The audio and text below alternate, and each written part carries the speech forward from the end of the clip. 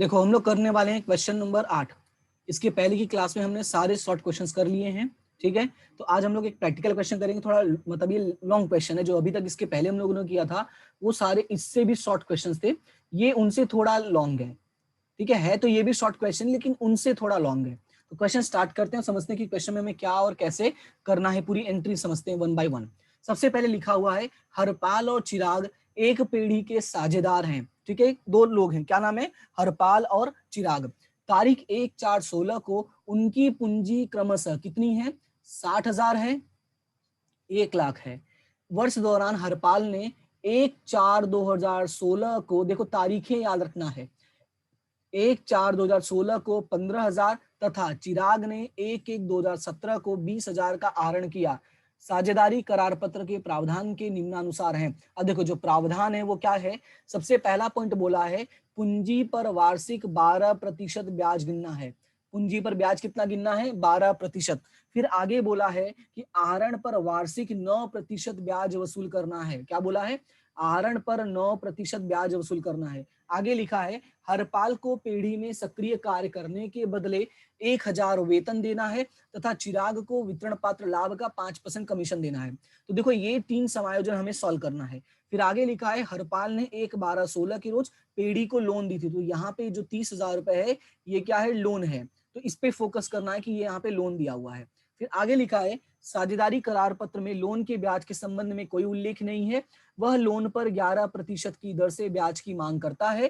तारीख 31/3/17 को पूरे होने वाले वर्ष का उपरोक्त प्रावधान करने से पहले का और हरपाल की लोन पर ब्याज गिनने के बाद का लाभ कितना दिया हुआ है, 79,400 रुपए।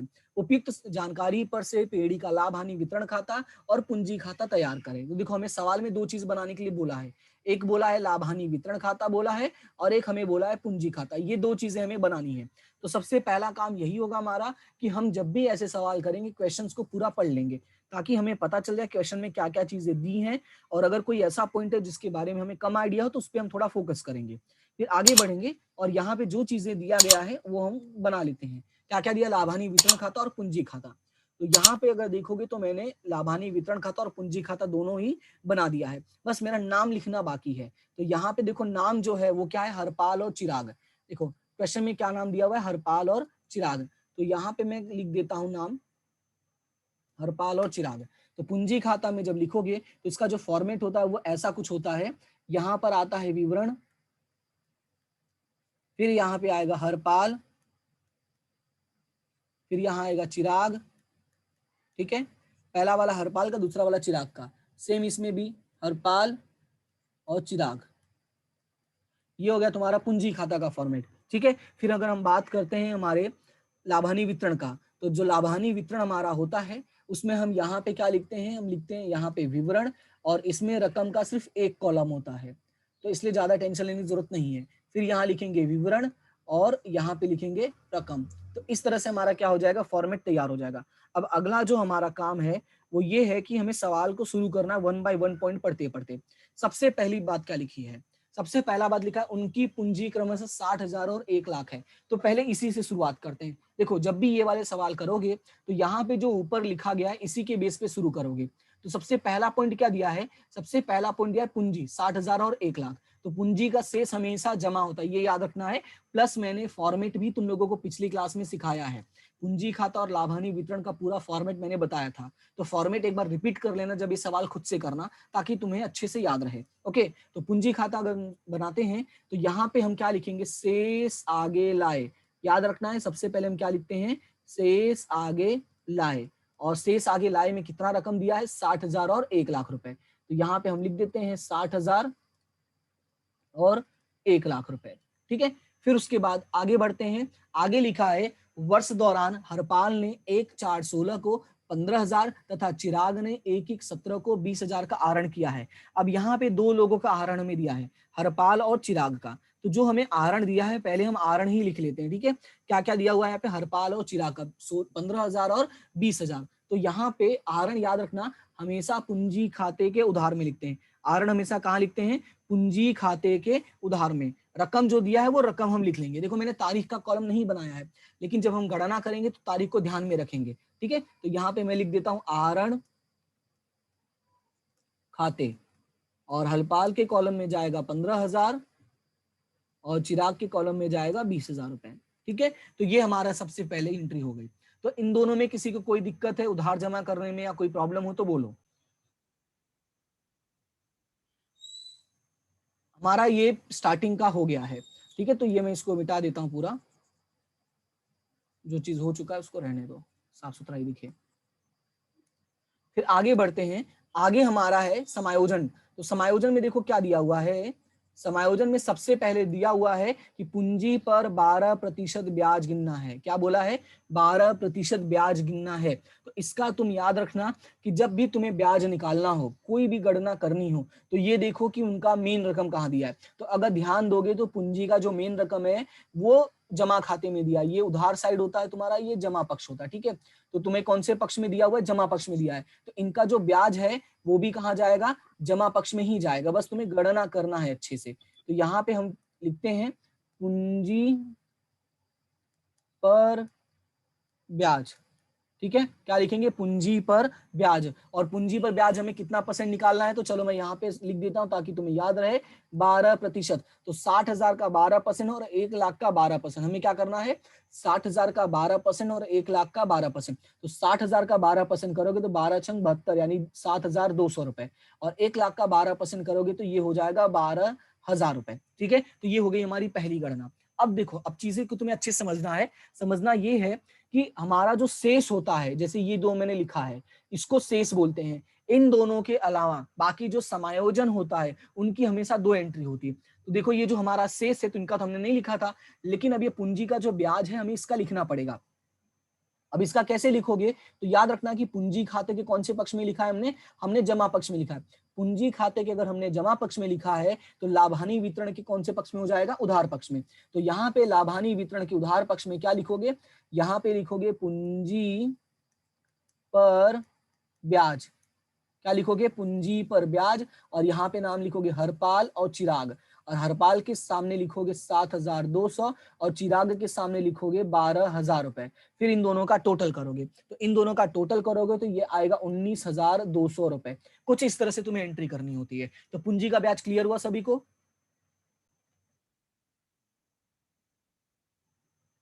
फिर आगे देखते हैं।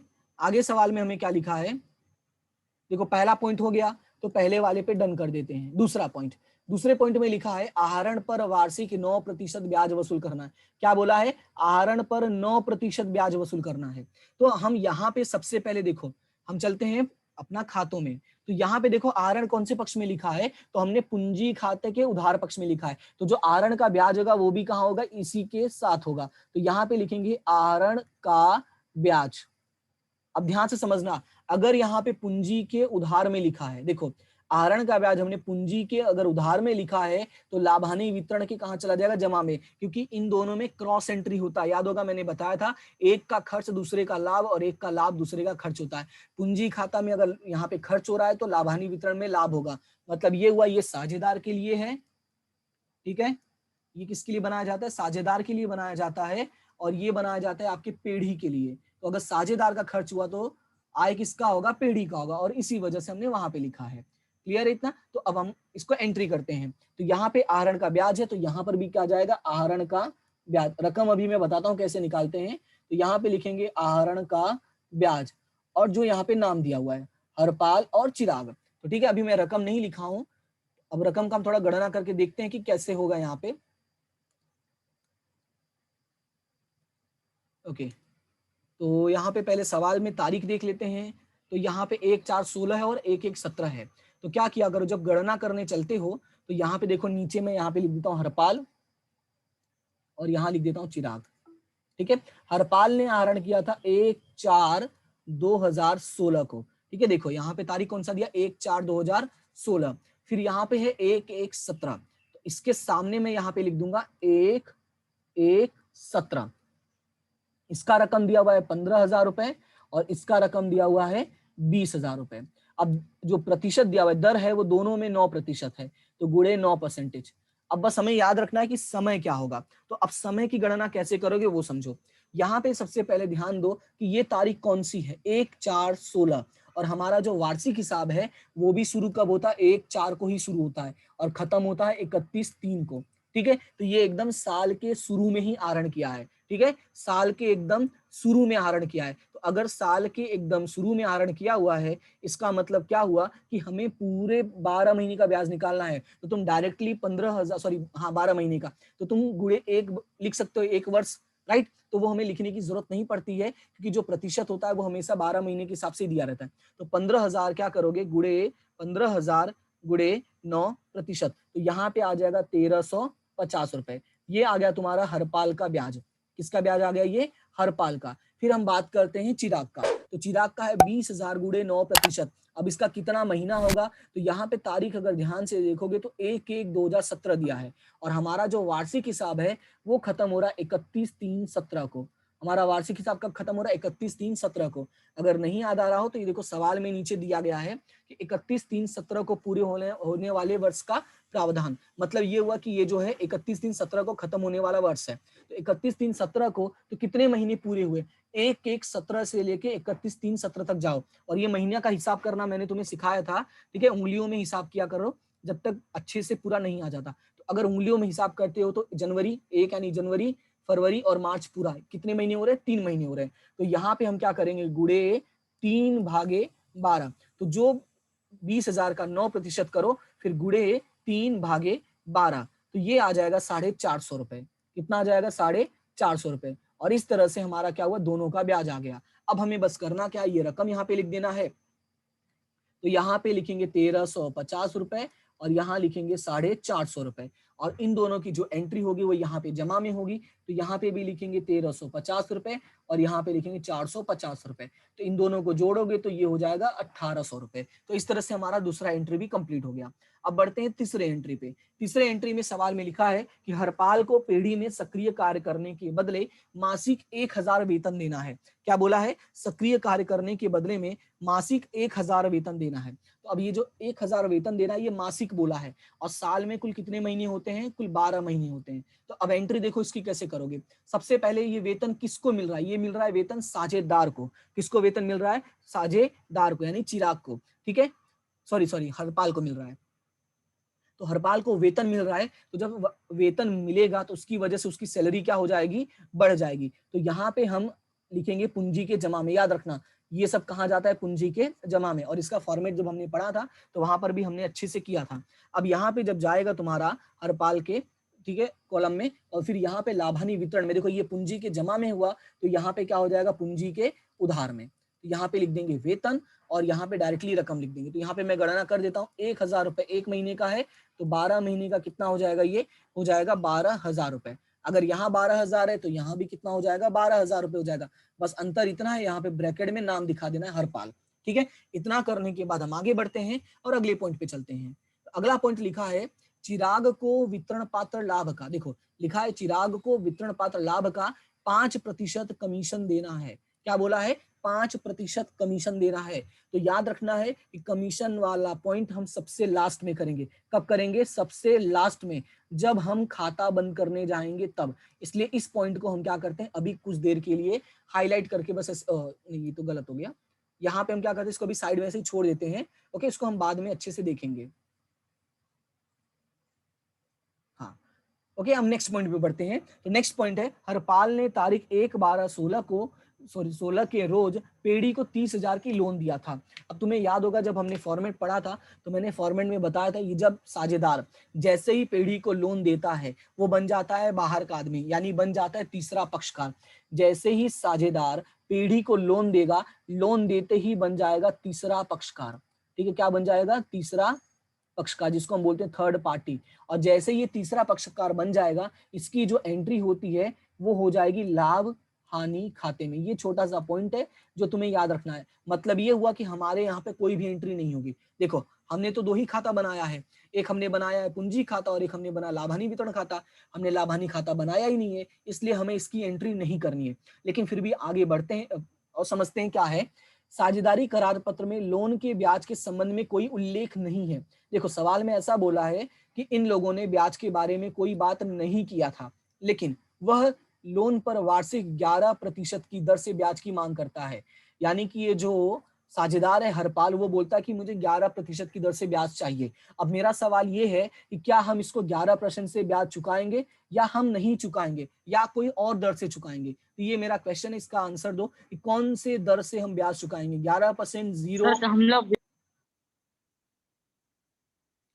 देखो भाई याद रखना है, जैसा इसने आंसर दिया, बहुत सही आंसर दिया, पर बाकी लोगों से मुझे उम्मीद थी, लेकिन बाकियों में से किसी ने सही से आंसर नहीं दिया। देखो क्या होगा यहाँ पे कि वह लोन पर 11% की दर से ब्याज की मांग करता है, लेकिन नियम क्या कहता है? नियम ये कहता है कि अगर ब्याज के बारे में कोई जानकारी नहीं है, तो जो साझेदारी अधिनियम 1932 है उसमें ऐसा कहा गया है कि लोन पर सिर्फ हम 6% की दर से ब्याज चुकाएंगे। कितने परसेंट की दर से? 6% की मेरा दर सही था से। सर। हाँ तुम्हारा सही था। तो ये सबको याद रखना है कि भाई 6% की दर से ब्याज चुकाया जाएगा। ओके, लेकिन हम एंट्रीज की कहाँ करेंगे? वो हम करेंगे लाभ हानि खाते में, इसलिए हमें यहाँ पर कोई एंट्री करने की जरूरत नहीं है। ये पॉइंट मैंने इसलिए समझा दिया ताकि तुम्हें पता रहे कि लोन पर ब्याज कितना चुकाया जाता है, और 11% को हम भूल जाएंगे, इससे हमें कोई मतलब नहीं है। फिर हम आगे बढ़ते हैं, सवाल में देखते हैं आगे क्या लिखा है। आगे लिखा है, देखो यहाँ पे सवाल में क्या लिखा है, 31/3/2017 को पूरे होने वाले वर्ष का उपरोक्त प्रावधान करने से पहले का और आहरण की लोन पर ब्याज गिनने के बाद का, मतलब ऑलरेडी लोन का ब्याज गिना जा चुका है, क्योंकि वो कहाँ बनाया जाता है? वो लाभ हानि खाते में लिखा जाता है। ठीक है, और उसका लाभ कितना है? 79400। अब थोड़ा सा मैं एक चीज तुम्हें बता देता हूं जो यहाँ पे नहीं लिखा है मैंने कहीं। देखो याद होगा हम लोगों ने पढ़ा था कि हमें कौन कौन से खाते बनाने हैं, तो मैंने तुम्हें बताया था सबसे पहले हम क्या बनाते हैं? व्यापार खाता। लेकिन जो चीज मैंने नहीं बताया था मैं वो बताता हूँ। जब हम व्यापार खाता बनाते हैं तो व्यापार खाता की दो शेष होती है, एक या तो होगा सकल लाभ या तो होगा सकल हानि। जो डिफरेंस आएगा वो होगा या तो सकल लाभ या तो सकल हानि। फिर ये जो डिफरेंस है वो लेकर आगे बढ़ेंगे और अगला जो हमारा खाता आएगा वो होता है लाभ हानि खाता। कौन सा होता है? लाभ हानि खाता। फिर सेम इसी तरह से लाभ हानि खाता को जब हम बंद करते हैं तो इसमें भी दो शेष मिलता है, एक मिलता है शुद्ध लाभ और एक मिलता है शुद्ध हानि। फिर हम इसकी रकम को भी साथ में लेकर चलेंगे, तो आगे जब हम बढ़ेंगे तो अगला जो हमारा खाता बनेगा वो बनेगा लाभ हानि वितरण खाता। जब हम लाभ हानि वितरण खाता बनाएंगे तो लाभ हानि वितरण खाता में भी दो शेष मिलेंगी, एक आपका होगा वितरण पात्र लाभ, एक क्या होगा? वितरण पात्र लाभ, और जो दूसरा है वो होगा वितरण पात्र हानि। तो मैं सिर्फ शॉर्ट में हानि लिख रहा हूँ, ठीक है, लेकिन नाम पूरा है वितरण पात्र हानि। तो इस तरह से हमें खाते बनाने होते हैं। फिर लाभानी खाता बंद करके ये लाभानी वितरण खाता, जो रकम आएगी वो हम लेकर जाते हैं पूंजी खाते में, ठीक है, और फिर पूंजी खाता को बंद करके हम लेकर जाते हैं आर्थिक चिट्ठे में। कुछ इस तरह से हमें फॉर्मेट बनाना होता है। लेकिन अगर तुम ध्यान दोगे तो हमने सवाल में ना हमने व्यापार खाता बनाया है ना हमने लाभानी खाता बनाया है, हम सीधा बना रहे लाभानी वितरण खाता और सीधा बना रहे पूंजी खाता। इसका मतलब ये हुआ कि जो यहाँ पे हमें लाभ का रकम दिया हुआ है, देखो यहाँ पे सवाल में जो हमें लाभ का रकम दिया हुआ है, एक्चुअली में वो कौन सा लाभ दिया होगा? यहाँ से लाया होगा। कहाँ से? लाभ हानि खाते में से, क्योंकि इसका ही रकम हम यहाँ पर लेकर जाते हैं। तो अगर सवाल में लाभ लिखा है तो एक्चुअली में वो क्या लिखना चाहता था? वो लिखना चाहता था कि भाई ये शुद्ध लाभ है। ठीक है, ये क्या है? शुद्ध लाभ है, क्योंकि मैंने अभी बताया कि जब खाता बंद करोगे तो दो ही शेष मिलेगा, या तो शुद्ध लाभ या तो शुद्ध हानि। ठीक है, अगर शुद्ध हानि है तब क्या करना है, अगर शुद्ध लाभ है तब क्या करना है, तो चलो उसको देखते हैं। देखो जब लाभ हानि खाता तुम बंद करके आगे बढ़ते हो तो तुम्हें याद रखना है दो शेष मिलेगा, या तो शुद्ध लाभ या तो शुद्ध हानि। अगर शुद्ध लाभ मिलता है तो ये जाएगा तुम्हारा लाभ हानि वितरण के जमा में, याद रखना कहाँ जाएगा? जमा में। और अगर हानि मिलता है तो हानि कहाँ जाएगा? उधार में। तो ये मैं ऊपर लिख देता हूं ताकि बस तुम्हें याद रहे। ठीक है, कहाँ लिखेंगे? लाभानी वितरण के उधार पक्ष में। ओके, तो हमारा जो रकम है वो रकम में लिख देता हूँ 79400, मैंने वो रकम लिख दिया। अब हमारा अगला जो काम है, सबसे इंपॉर्टेंट काम है, वो ये है कि हमें डिफरेंस निकालना है। क्या करना है? हमें डिफरेंस निकालना है। तो डिफरेंस निकालने का जो आपका तरीका होगा वो कुछ यूं होगा कि हम सबसे पहले लाभानी वितरण खाते को बंद करेंगे। क्या करेंगे? लाभानी वितरण खाते को बंद करेंगे। तो सबसे पहले इनका टोटल करो। किसका टोटल करना होगा? हमें जमा पक्ष का। तो यहाँ पे देखो कैसे टोटल करते हैं, वो चीजें मैं आपको यहाँ पे लिख के दिखाता हूँ। सबसे पहले क्या करोगे, जमा पक्ष का टोटल करो। तो 79400 और 1800 का टोटल अगर आप करोगे तो ये आ जाएगा आपका 81200। तो यहाँ पे लिख देना 81200, 81,200 रुपए। अब इस 81,200 में से ये 19,200 और 12,000 माइनस करो। क्या करो, 81,200 में से कैलसी अपना निकालो, 81,200 में से 19,200 माइनस 12,000, तो ये आएगा 50,000। ध्यान से समझना, इन दोनों को माइनस करने के बाद जो डिफरेंस आएगा वो यहाँ पे मैं लिख देता हूं, कितना आएगा, 50,000 का। ये इसको मिटा देता हूं क्योंकि इसकी जरूरत नहीं है। तो जो डिफरेंस आया वो कितना आया, 50,000 का आया है। अब ये इसका करना क्या है वो समझो। 50,000 का डिफरेंस आया, हमारे सवाल में एक पॉइंट बचा हुआ था। क्या बचा हुआ था, ये वाला पॉइंट, कि भाई चिराग को, ध्यान से देखना, चिराग को वितरण पात्र लाभ का 5% कमीशन देना है। और देखो कमीशन निकालने का हमने दो तरीका सीखा है, ठीक है। कमीशन निकालने का हमने दो तरीका सीखा है। एक तरीका ये है कि तुम क्या करोगे, डायरेक्टली रकम निकालोगे, और दूसरा तरीका होता था कमीशन निकालने के बाद के लाभ पर कमीशन। तो हमें तो सवाल में साफ साफ बोला है सिर्फ कमीशन देना है। तो सवाल में अगर बोला हो सिर्फ कमीशन देना है तो उसकी गणना कैसे करेंगे वो देख लो एक बार। तो यहाँ पे 50,000 का सीधा 5% कर दो। तो 50,000 का 5% करोगे तो ये हो जाएगा 2,500 रुपए। ठीक है, कितना हो जाएगा कमीशन, 2,500 रुपए। तो यहाँ पे लिखेंगे कमीशन